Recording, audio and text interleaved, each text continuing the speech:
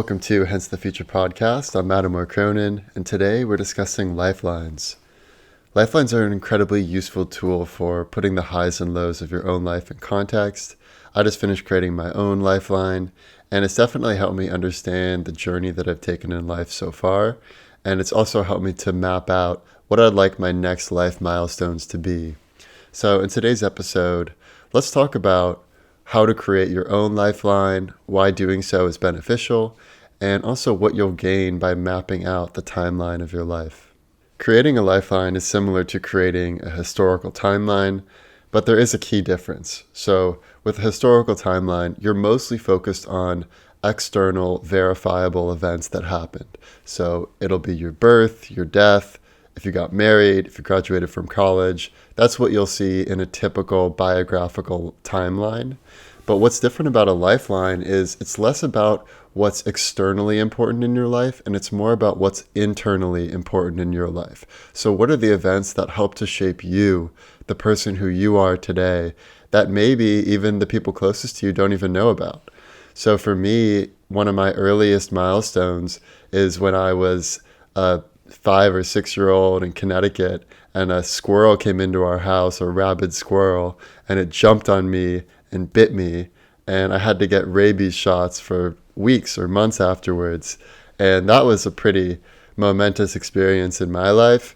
And, there have definitely been ups as well that people may not know about. Like one time I went on a solo trip to the island of Rhodes in Greece.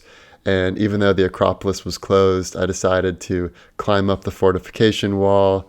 And I just spent the whole day up there just meditating and being in the Temple of Athena Lindos without any tourists, anyone else up there.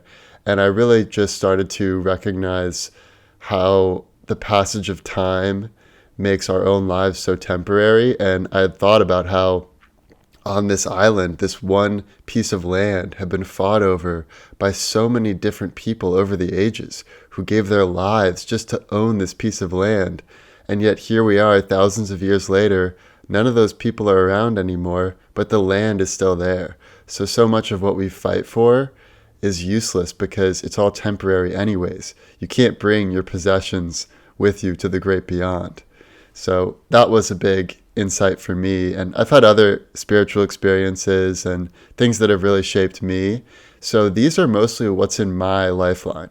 They're not things like, oh, I graduated from college on this date, or my wedding is on there because that is both very important to me and very important in the external world. So there will be some overlap. But the main benefit of creating a lifeline is writing down what has shaped you, the person who you are. And once you've mapped that out, it's pretty incredible because you start to see how much you've dealt with over the years and how much you've been able to overcome, and therefore how much you will be able to overcome in the future. So it's an incredibly useful activity, and I would highly recommend that anyone listening to this try it. And you can do your lifeline on a piece of paper, on a Word doc. It's really easy to do it no matter what sort of medium you're working with. The way I created my lifeline is with this online tool called Enwoven, ENWOVEN.com. And it's a totally free tool. And it's a great way to just map out your milestones so that it's saved, it's in a place that you can refer to later. And I created mine initially years ago when I was part of this group, and that was one of our tasks, was to each create our own lifeline. But I just updated it now with the new milestones that have happened since then. And it's really great to have this lifeline that you can refer back to, and you can add new milestones. And you may also find that milestones that used to be really important to you are no longer as important. Let's talk a little bit about why lifelines work, why they're beneficial. And I have this memory when I used to be pretty depressed as a teen. I was on antidepressants. I was a militant atheist at one point. And this one quote came up where it says that militant atheism is the punk rock phase for smart people. I grew up in a religious household, so I grew up thinking there was this God who was looking at everything you do, and it was sort of this king from an outsider's perspective that's ruling over his kingdom here on earth. So it was a very monarchical Christian way of viewing religion. And when I was a teenager, I realized how none of this really makes sense. Why would there be some separate ruler ruling over his kingdom from afar, sort of like an omnipotent Santa Claus? And the whole thing just made me feel very uncomfortable. There were a lot of questions I had that couldn't easily be answered. So my response was militant atheism, almost nihilism, like nothing has any meaning. What's the point of life? There's all this horrible stuff going on. Life is all suffering. What's the point of it all? And I think a lot of teenagers come to this point. And part of the difficulty is that when you've only lived a handful of years on Earth, it's hard to see that life is full of ups and downs and that everything is temporary. The good times are temporary, the bad times are temporary. And so when I was a teenager, I had this feeling of everything being pointless. And my mom came to me and she said, "Look, life is full of hills and valleys, hills and valleys." And I think about that all the time now, where now that I have lived, more than a decade on Earth, more than a couple decades on Earth, now I can see that there were some big lows, there were some big highs, and everything is impermanent. So once you take that vantage point, you can start to enjoy the highs and the lows, and you don't celebrate too much when you have good times because you know they will be followed by bad times. And you also don't despair too much in the bad times because you know things will get better from there. And just to round out my own experience with religion, it really wasn't until I started studying Eastern philosophy and Buddhism and Hinduism and Eastern religious teaching, people like Alan Watts, people like Eckhart Tolle. It wasn't until I had gone down those paths that I realized that there is a happy medium, that it doesn't have to be this monarchical king ruler from afar who declares what is such and this group is going to heaven, that group isn't going to heaven. Rather than that, which never resonated with me, it's that the summation of all of us conscious beings is God. So there is God within each of us. And the summation of that is the whole Godhead. And this is to me, was just a much more intuitive way of understanding reality. It felt true to me when I'm deep in meditation or I have some sort of epiphany. I can feel that energy of the cosmic Godhead. And so I can feel that it's within me. And I can also feel it when I'm with a loved one, when I'm with my dog Butters. And you can even feel it if you're sensitive and you're walking through a forest and the energy you feel with trees. And so rather than God being this separate being that's ruling over us from afar, it's really that God is everywhere. He is everything.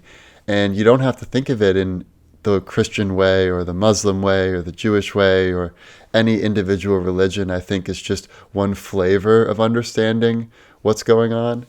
And so once I've took this approach, I've felt way more open to spirituality and just my own life. But the reason why I was able to get there was because I was able to just follow my own curiosity, go down the paths that were compelling to me, and have some perspective in my own life that the bad times will get better, the good times will get worse, and we're sort of all here on this roller coaster, and our job is to enjoy the roller coaster and also make it more pleasing for others and create more human flourishing for all of us conscious beings, because for whatever reason we are all here in this sliver of reality where we're all going through the arrow of time at the same way and we're all entangled with one another.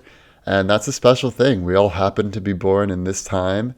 We're all brothers and sisters if you go far back enough in the ancestral tree.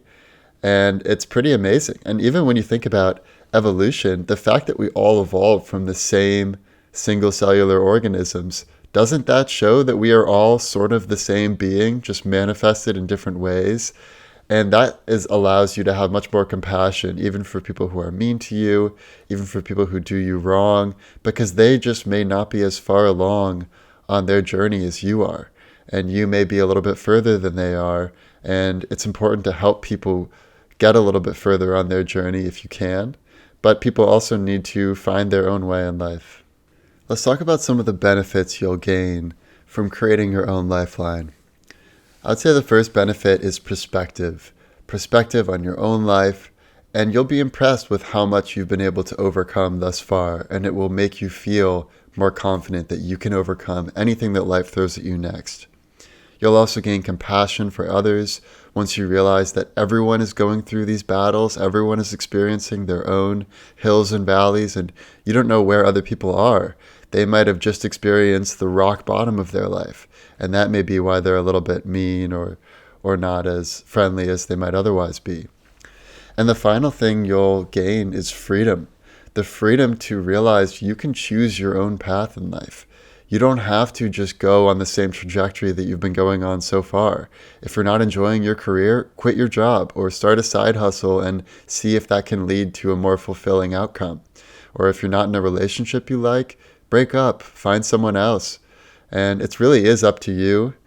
So I think this is a great tool for helping oneself. When you map out your own life, you can see, am I in the place in my life that I want to be?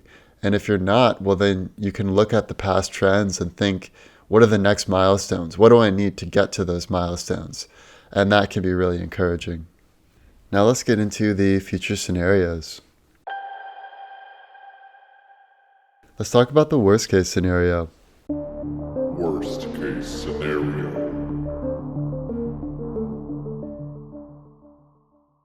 The worst case scenario is that you never think about the highs and lows of your life until you're on your deathbed. And at that point, you may have tons of regret.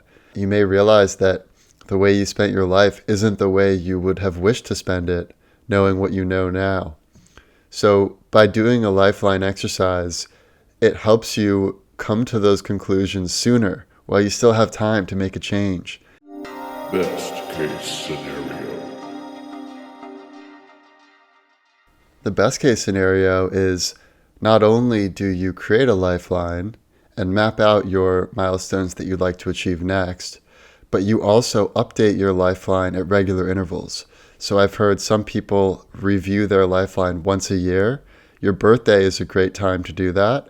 And you can just look, okay, did I achieve any new milestones that are worth putting on my lifeline? Do I think about any of my previous milestones differently? And do I still want to pursue the same future milestones that I did before? And this is a great way to just take a reality check. What do you want to do next? Are you on the right path? Now let's get into the most likely scenario. Most likely scenario.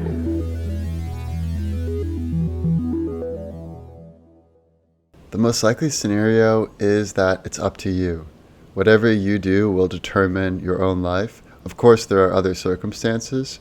Everyone gets a different set of cards that they're dealt in life, and you get different cards at different times. But how you play your hand is up to you.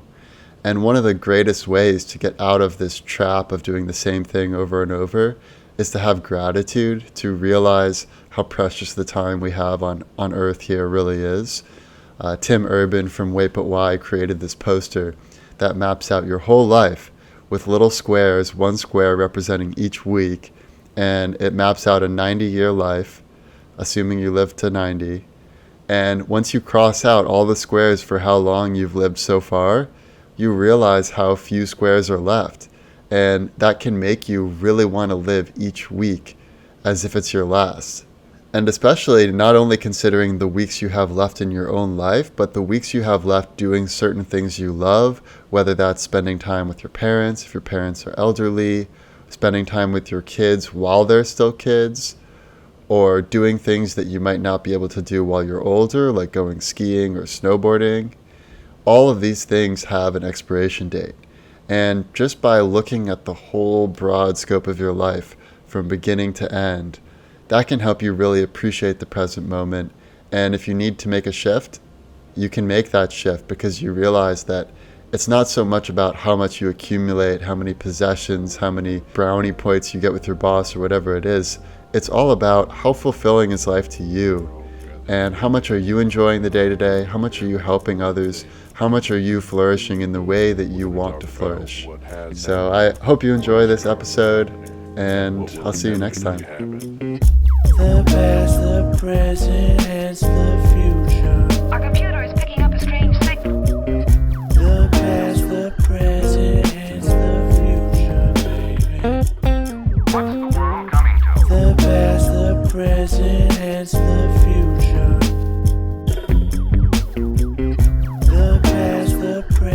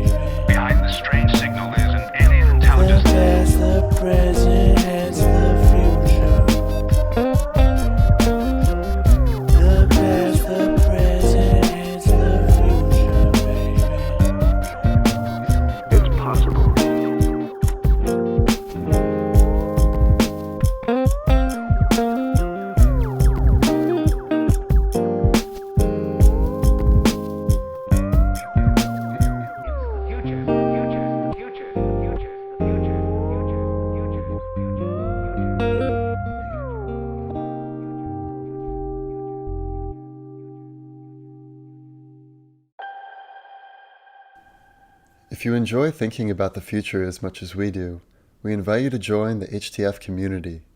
Simply go to hencethefuture.com, scroll to the bottom of the homepage, and add your email address next to the button that says Enter the Void. You can also follow us on Instagram and Twitter at hencethefuture. And, most importantly, we encourage you to please rate and review the show in Apple Podcasts if you haven't done so already. Our team reads and appreciates every single review. Thank you again for listening to today's episode and for staying curious, and we'll see you next week.